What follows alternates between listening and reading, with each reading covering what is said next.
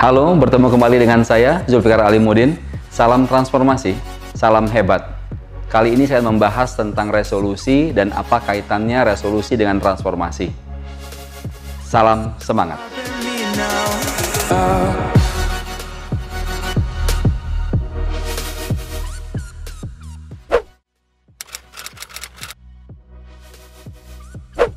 Berbicara tentang resolusi dan apa kaitannya dengan transformasi, kita harus kembali dulu kepada kata dasar resolusi. Yang awal katanya adalah resolution, berarti ada dua itu, solution dan re. Solution adalah jalan keluar atau pemecahan sebuah masalah. Jadi kalau kita bicara resolution, tadi kan saya sudah bahas ya beberapa bagian dari pertanyaan teman-teman yang kita coba satu ini. Belum selesai dan biar coba selesaikan lebih kembali. Seru, biar lebih puas. Biasanya saksikan kita menggunakan ya, kata di part resolusi selanjutnya di part 2. Umumnya di awal tahun. Sampai bertemu di part selanjutnya. Karena umumnya manusia tidak puas dengan apa yang dicapai di masa sebelumnya atau di tahun-tahun sebelumnya. Atau kalaupun sudah puas, manusia punya keinginan baru, punya harapan baru, punya motivasi baru agar mereka bisa selalu lebih berkembang. Nah, apa kaitan resolusi dengan transformasi? Transformasi kita bicara proses diri yang berubah atau sebuah organisasi bagaimana dari waktu ke waktu dia berubah. Nah, apa itu resolusi? Resolusi saya katakan adalah pemecahan sebuah masalah. Nah, pada proses bertransformasi atau berubah, tentu kita punya banyak tantangan-tantangan dan masalah. Termasuk yang paling berat adalah melawan diri kita sendiri. Melawan apanya? Melawan keengganan untuk mencoba, keengganan untuk melakukan hal-hal baru. Mengapa? Karena kita takut gagal. Nah, untuk mengelola semua itu, kita butuh apa yang kita sebut dengan resolusi. Jadi apa sebenarnya resolusi itu? Berarti cara berpikir baru, cara menyelesaikan masalah yang berbeda agar proses transformasi kita bisa tercapai. Apa yang kita inginkan di masa lampau belum tercapai hari ini, bisa kita buat dengan pendekatan baru dan akhirnya bisa tercapai. Begitu. Salam semangat. Buat saya pribadi, seorang Zulfikar, bagaimana saya memandang sebuah resolusi? Bagi saya, resolusi adalah cara pendekatan bagaimana saya membangun diri saya dengan lebih baik. Membangun diri lebih baik bukan berarti lantas saya tidak punya masalah, tapi saya tidak pernah menempatkan masalah sebagai masalah. Saya menempatkan masalah sebagai sebuah tantangan agar diri saya bisa terus bertumbuh. Contohnya apa? Misalnya saya mau coba melompat lebih tinggi, gitu. Itu kan sebuah pencapaian melompat lebih tinggi. Bagaimana saya bisa melompat lebih tinggi? Kalau tidak ada masalah di depan saya, bagaimana saya bisa melompat? Maka saya menciptakan rintangan. Namun alam semesta seringkali sudah memberikan rintangan itu tanpa kita minta. Nah, berarti saya harus membuat cara, resolusi, agar tantangan yang tercipta, masalah yang ada di depan saya itu bisa saya hadapi. Dan setiap itu terjadi, maka saya melihat potensi tumbuh saya untuk lebih berkembang. Itu cara pandang membuat resolusi bagi saya adalah kekuatan baru untuk meningkatkan nilai diri saya.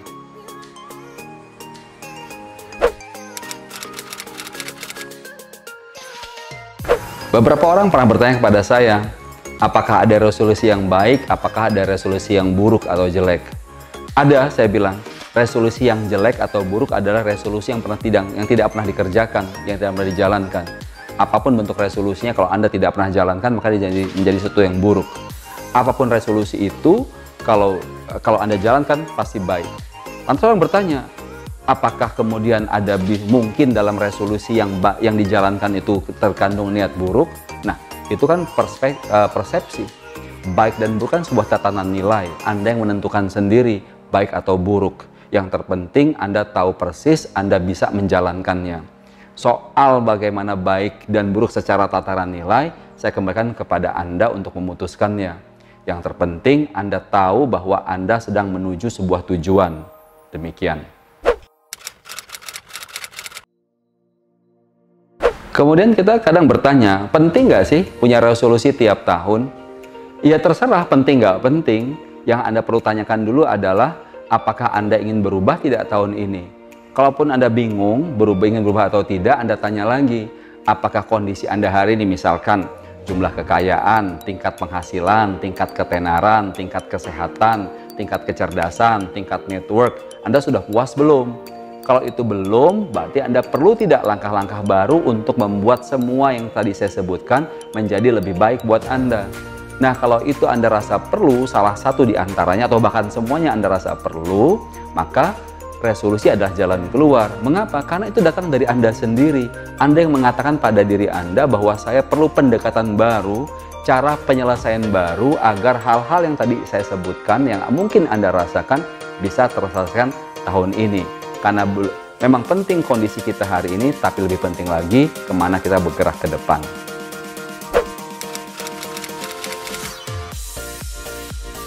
Nah, setelah kita bicara tentang resolusi, tentu kan kalian juga sering mau bertanya gitu ya, bagaimana sih caranya buat resolusi yang tepat? Gitu. Kalau kita bicara tentang tepat dan tidak tepat, tentu akan banyak perspektif lagi. Tapi kalau buat saya, pertama, karena kita bicara tentang resolusi, berarti kan solusi baru atas masalah yang belum selesai. Nah, berarti yang pertama kita lihat adalah masalahnya apa. Masalah yang belum selesai itu apa. Yang kedua, apa yang pernah kita coba di tahun lalu. Kalau kita sudah coba sesuatu, maka berarti kita butuh cara yang lain. Atau kita pernah punya cara di tahun lalu, tapi kita belum lakukan. Nah, pertanyaannya adalah berarti mengapa tidak kita lakukan? Apakah ada hambatan dari luar? Berarti kita harus kenali hambatan-hambatan yang terjadi pada tahun lalu, sehingga cara yang mau kita pakai tidak pernah kita capai, tidak pernah kita gunakan. Jadi pertama, identifikasi masalahnya. Kedua, lihat mengapa tidak kita lakukan di tahun lalu. Atau di tahun lalu kita gunakan, mengapa tidak bisa selesai. Yang keempat, kemana kita mau menuju. Contohnya begini, saya ingin lebih kaya tahun ini, maka saya akan menabung lebih banyak. Itu bukan resolusi, itu pernyataan. Gitu. Karena ingin kaya itu belum ada ukurannya. Seberapa kaya Anda tahun ini dibandingkan dengan tahun depan itu harus Anda sebutkan dulu. Misalnya Anda katakan, saya tahun ini ingin 10 juta lebih kaya dibandingkan tahun lalu. Berarti Anda memberikan ukuran yang tepat atas masalah tahun lalu. Satu. Yang kedua, Anda bilang ingin menabung. Gitu. Menabung itu bukan resolusi. Kembali lagi, itu hanya statement. Resolusi adalah seperti apa Anda ingin menabungnya. Gitu. Anda ingin mengatakan, mulai hari ini saya akan menyisihkan Rp10.000 dari setiap uang jajan saya setiap hari. Gitu. Sehingga saya bisa menabung untuk mengejar target 10 juta lebih kaya. Nah, kemudian kalau bicara hambatan, bisa jadi tahun lalu Anda juga mengatakan demikian, pernah bilang, oh tahun 2019 saya mau 10 juta rupiah lebih kaya pada tahun 2018. Tapi Anda tidak pernah menabung, padahal Anda juga sudah mengatakan saya mau menyisihkan Rp10.000 setiap saya makan. Nah, pertanyaannya, hambatan apa yang terjadi pada waktu itu? Gitu. Bisa jadi Anda mudah tergoda, Anda tergiur oleh makanan minuman yang di hadapan Anda. Nah, sekarang kalau bicara tergoda, mengapa Anda mudah tergoda? Gitu.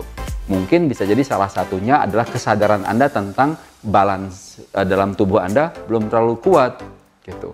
Anda perlu membangun kesadaran pada diri Anda bahwa ini cukup. Gitu. Nah, kata ini cukup itu berarti balance. Nah, kata ini cukup itu yang akan membantu Anda untuk mencapai penyisihan Rp10.000 tadi. Maka resolusi tahun Anda resolusi Anda kali ini pada tahun ini bukan lagi bicara tentang menyisihkan Rp10.000 untuk menyambung 10 juta supaya lebih kaya 10 juta, tapi resolusi Anda adalah membangun kekuatan kesadaran Anda untuk bisa menahan diri setiap kali Anda tergoda untuk membelanjakan uang Anda. Nah, jadi bisa lihat kan, resolusi tahun lalu bicara tentang menabung kalau Anda sudah punya itu. Tahun ini tahun lalu belum Anda lakukan. Anda cari tahu identifikasi masalahnya. Ternyata salah satunya adalah tentang godaan tadi. Lain halnya kalau tahun lalu Anda belum punya resolusi apapun, atau yang saya sampaikan tadi, Anda cuma mau mengatakan saya ingin lebih kaya. Nah, dengan cara menabung. Itu saya bilang kan tadi bukan resolusi ya, saya refresh kembali. Atau kalau Anda sudah punya tahun lalu resolusi itu dan gagal tahun lalu tidak melakukannya, Anda gali lebih dalam, dig deeper, mengapa Anda gagal untuk melakukan resolusi pada tahun lalu. Demikian, salam semangat. Kadang-kadang muncul juga pertanyaan, apa yang harus dilakukan dong kalau resolusi tidak berhasil diraih? Nah, ini saya mau klarifikasi dulu nih. Resolusi tidak berhasil diraih atau tidak berhasil dijalankan sehingga tujuan tidak dapat diraih. Kan dua hal yang berbeda. Di bagian sebelumnya kan saya membahas tentang bagaimana bila sebuah resolusi tidak dijalankan gitu. Maka sekarang saya mengatakan, yang mau saya bahas adalah apa yang terjadi atau apa yang harus dilakukan bila sebuah resolusi tidak membawa sebuah hasil. Nah, sekarang kita lihat lagi, apakah kita harus ganti resolusinya atau kita ganti tujuannya. Kalau soal penyebab udah saya bahas yang sebelumnya, jadi dua ini. Saya ingin jalan-jalan ke Eropa tahun ini.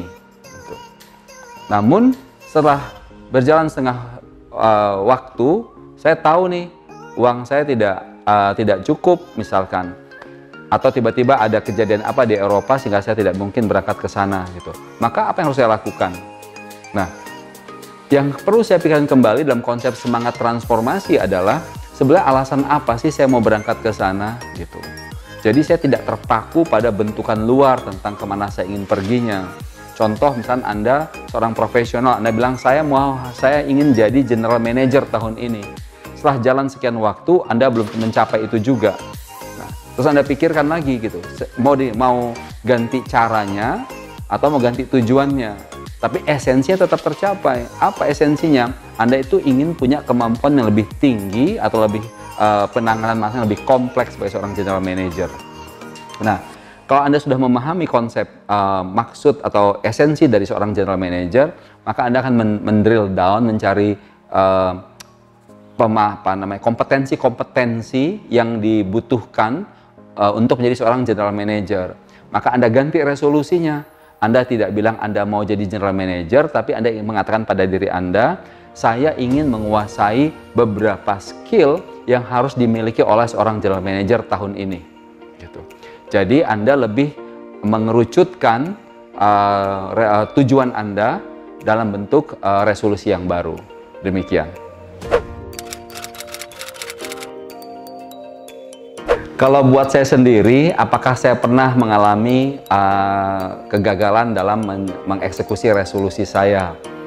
Ya banyak sebetulnya, tapi salah satu yang sangat membekas ya dan membentuk kemudian mental model saya adalah resolusi ketika saya kelas 3 SMA. Apa yang terjadi sebetulnya gitu? Jadi pada waktu itu pas SMA, ya ini bukan apa-apa ya, guys gitu ya, bukannya saya mau pamer-pamer.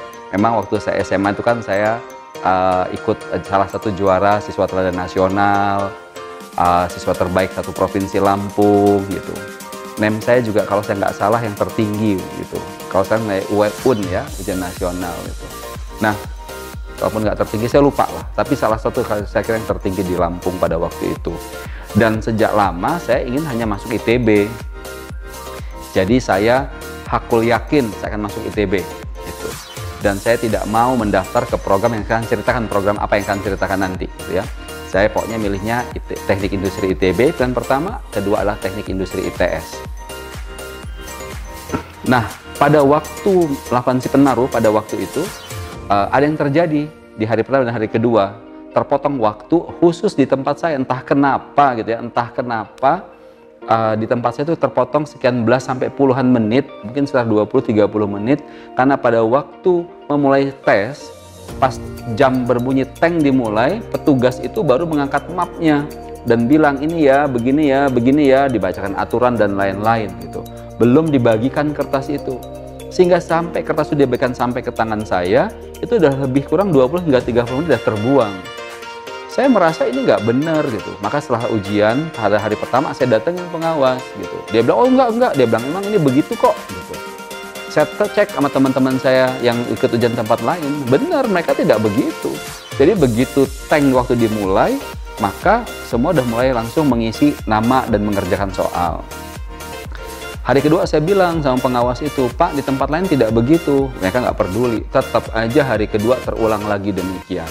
Nah hari kedua kan yang bagian yang susah-susah tuh, IPA dan matematik yang higher difficulty gitu. Maka saya tahu persis bahwa pada hari itu, satu saya nggak bisa mengerjakan soal, satu saya ragu-ragu. Dan dengan tingkat persaingan yang begitu tinggi, saya yakin nih saya kayak nggak bakal keterima ITB. Benar, nggak keterima di ITB dan keterimanya di ITS. Buat saya itu kayak dunia runtuh. Itu dia tuh kayak betul-betul kolaps di kepala saya bahwa saya tidak masuk ITB pada waktu itu. Tahun 89, udah lahir belum tuh kalian? Ya. Nah, dari situ kemudian saya saya masuk ke ITS, saya kuliah di sana. Namun itulah yang kemudian, nah kalau bilang kata namun gitu ya, saya harus buat resolusi baru gitu. Resolusi baru saya karena saya punya pencerahan baru gitu. Pencerahan baru itu nanti saya akan bahas di bagian lain ya. Akhirnya saya memutuskan untuk mendaftar ke program yang awalnya saya tidak ingin lakukan, yaitu saya mendaftar ke program beasiswanya BPPT, waktu itu lebih kenal dengan programnya Habibie. Ya alhamdulillah saya kemudian mengikuti tahapan-tahapan proses itu. Kenapa saya masih bisa ikut di tahun berikutnya? Saya diuntungkan karena faktor umur. Jadi waktu saya tamat SMA itu umur saya belum 17. Jadi waktu belum 18 ya, lupa 89, belum 18 persis, baru 18 jalan. Sementara si program itu ada batasan umur yang saya masih bisa ikut. Jadi saya sempat daftar lagi dan kemudian mengikuti prosesnya. Akhirnya keterima dan berangkatlah saya kuliah ke Australia dengan program itu. Namun saya bukan mau mengatakan bahwa hikmahnya dari kegagalan saya, bukan itu saya mau mengatakan. Itu kan perjalanan berikutnya. Yang mau saya sampaikan lah, saya pernah merasakan gagal mengeksekusi resolusi saya, yaitu masuk ke ITB pada tahun 89. Dan itu sangat berat bagi seorang Zulfikar. Lalu apakah ada resolusi saya yang berhasil? Ya banyak juga. Ya, artinya ada banyak resolusi yang gagal, ada banyak resolusi yang berhasil. Salah satu yang paling berhasil yang saya rasakan di detik ini adalah resolusi saya untuk menjadi tokoh pendidikan. Dan itu terjadi somehow tidak terlalu direncanakan juga. Jadi pada tahun 2015 ketika saya diminta jadi direktur di Global Islamic Boarding School dengan latar belakang pendidikan yang sangat jauh dari pendidikan, yaitu saya engineering, strategic management, saya bekerja di perusahaan dan sebagai pengusaha juga. Lantas seolah jauh itu antara apa yang saya mau coba lakukan dengan background studi saya. Namun ketika saya terjun di dalamnya, layaknya seorang engineer, saya melakukan banyak observasi, melihat apa yang terjadi di ruang kelas, di sekolah, dan melihat ukuran-ukuran keberhasilan pada sebuah proses. Dari situ saya merasa jauh lebih terpanggil. Saya merasa kalau di sekolah yang ada ini saja, yang fasilitasnya sangat komplit, gitu ya, anak-anak dapat daya dukung yang bagus, seperti ini jalannya proses pendidikan, saya merasa pantasan ya gitu banyak orang yang kemudian tidak berhasil mengembangkan potensinya. Apalagi kalau kita bicara anak SMP dan SMA, masa-masa krusial ketika anak-anak sedang dibangun kemampuan pikirnya. Nah pada waktu itu saya buat resolusi dalam diri saya dan saya nyatakan kepada semua tim di sekolah dan saya mengajak mereka juga. Saya katakan bahwa satu hari nanti 2-3 tahun dari saat ini saya bilang kita akan tidak hanya kita akan membangun pendidikan yang lebih baik di tempat ini, tapi kita akan bersama-sama menggerakkan, membangun, memperbaiki kondisi pendidikan di Indonesia.